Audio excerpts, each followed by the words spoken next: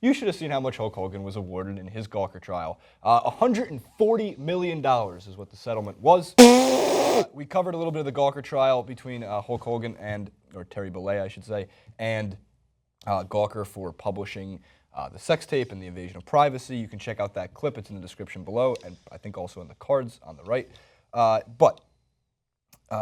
This is an interesting breakdown because, in the wake of seeing Erin Andrews get awarded $110 million, it's just shocking to see what these settlements come down to. And look, again, same as Erin Andrews, Hulk Hogan won't see $140 million.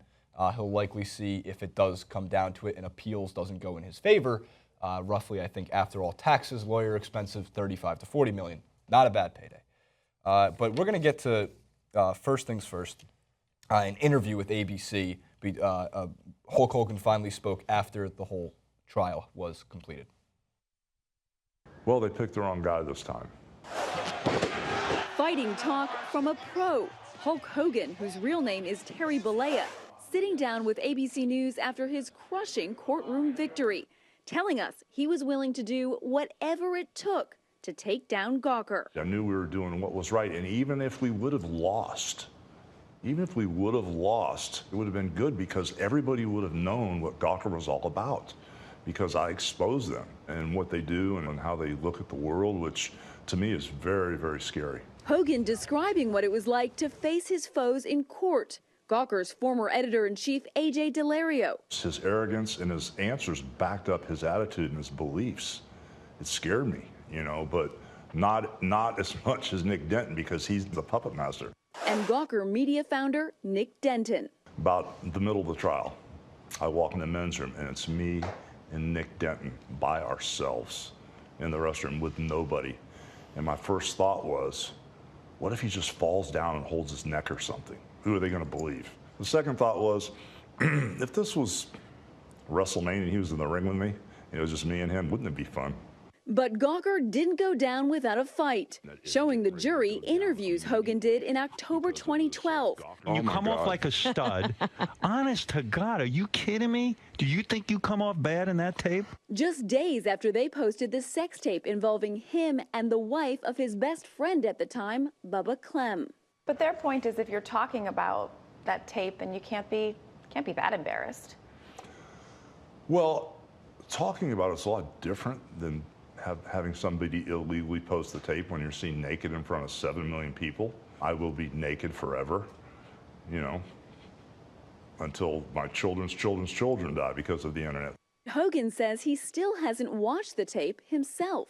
You haven't seen the tape that Gawker posted to this day. I was in a situation where I had to look and identify myself on a player, and I walked away from it.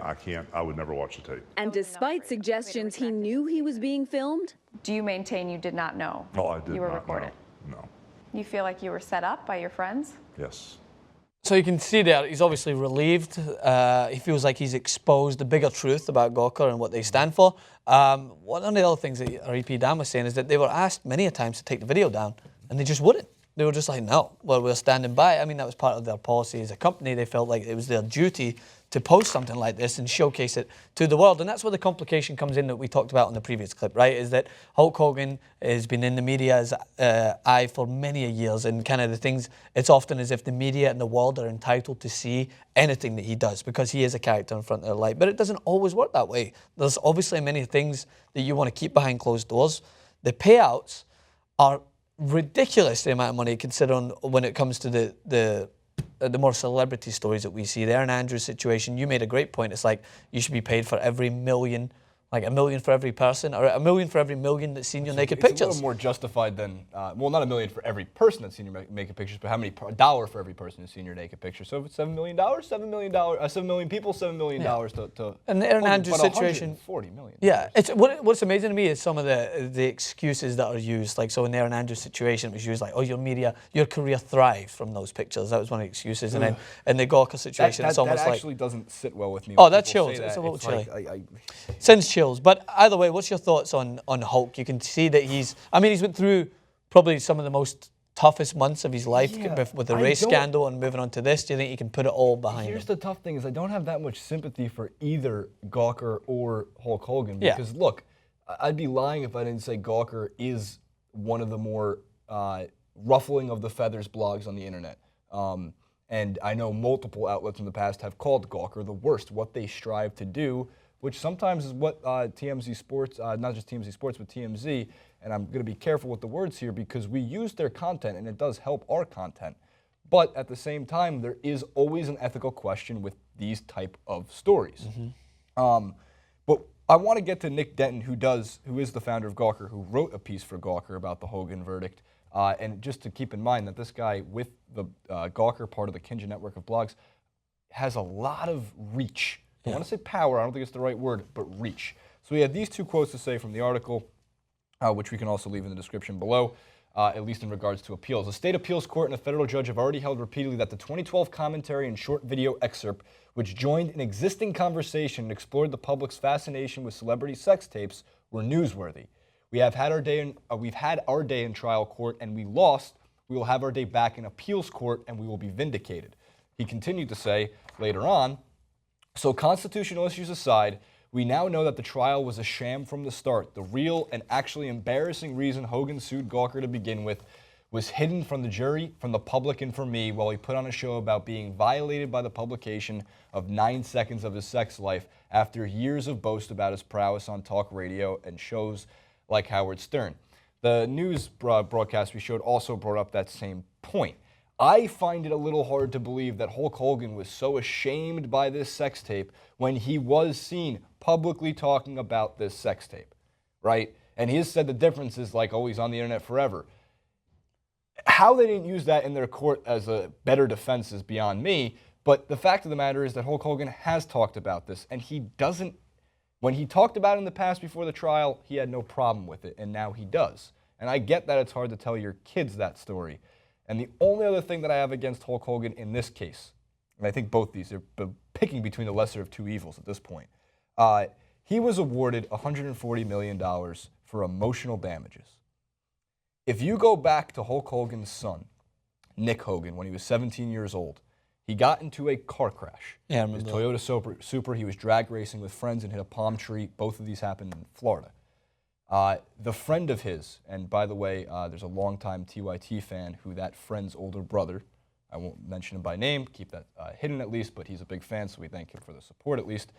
His brother was badly injured. And I'm not going to show the video either because that's actually the definition of graphic and it's kind of sickening in a way. He wasn't wearing a seatbelt. He had major eye and brain damage. He had to get a piece of his brain cut out, and he's essentially on limited conscious state.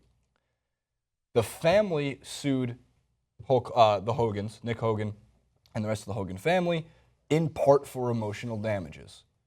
Hulk Hogan got away with only having to pay for half, which was $5 million, and they got off because they didn't feel that the relatives needed the emotional damages in compensation. So where I'm frustrated is the fact that Hulk Hogan is emotionally damaged from is emotionally damaged from a sex tape that was online via Gawker's blog, even though he asked multiple times to take it down. But he doesn't have the sympathy for people who actually do obviously have the emotional damages of almost losing a loved one and having part of their lives stripped away. Yeah, and that's where the complication comes out. Is like, is it swayed based on the personality? Of course it is. It's like it's going to gain more media coverage. The money, the price tag that he's going to put onto that, onto his lawsuit is going to be portrayed in every website. He's suing. If he was like, I'm suing for $1 million, people wouldn't be as taken back. It probably wouldn't have got. It's the money. It's the price. It's like he's suing for $100+ million, and it's insane. That's the money. But again, like, do you put a price? How can you? It's hard to put a price on emotional damages, and it does vary case by case, and that's what you need to understand. Is like, and when it comes to celebrity views as well, in this situation, you might not side with Hulk Hogan. You might think you were boasting about it at one point, or you were talking about it, so you didn't know. But then in another situation, like if you have someone like Jennifer Lawrence who may have been out there and sued for when her nude pictures were leaked and stuff like that, like you can't look at it as one group, or celebrities are as a whole, they should expect to see these things happen. No one deserves their privacy to be taken from them without their consent, no matter how much you are in a media life. And that's not me siding with Hulk Hogan. That's just me saying that you can't group him into a similar situation as someone like Erin Andrews as well, despite the price similarities. But you can talk about how when it's a media personality or a celebrity, the price is outstanding. It is crazy how much money is driven. But that's just our thoughts on it. Of course, of course. And of course, you can comment below with what you think about that as well and share via Twitter and Facebook and all the good stuff.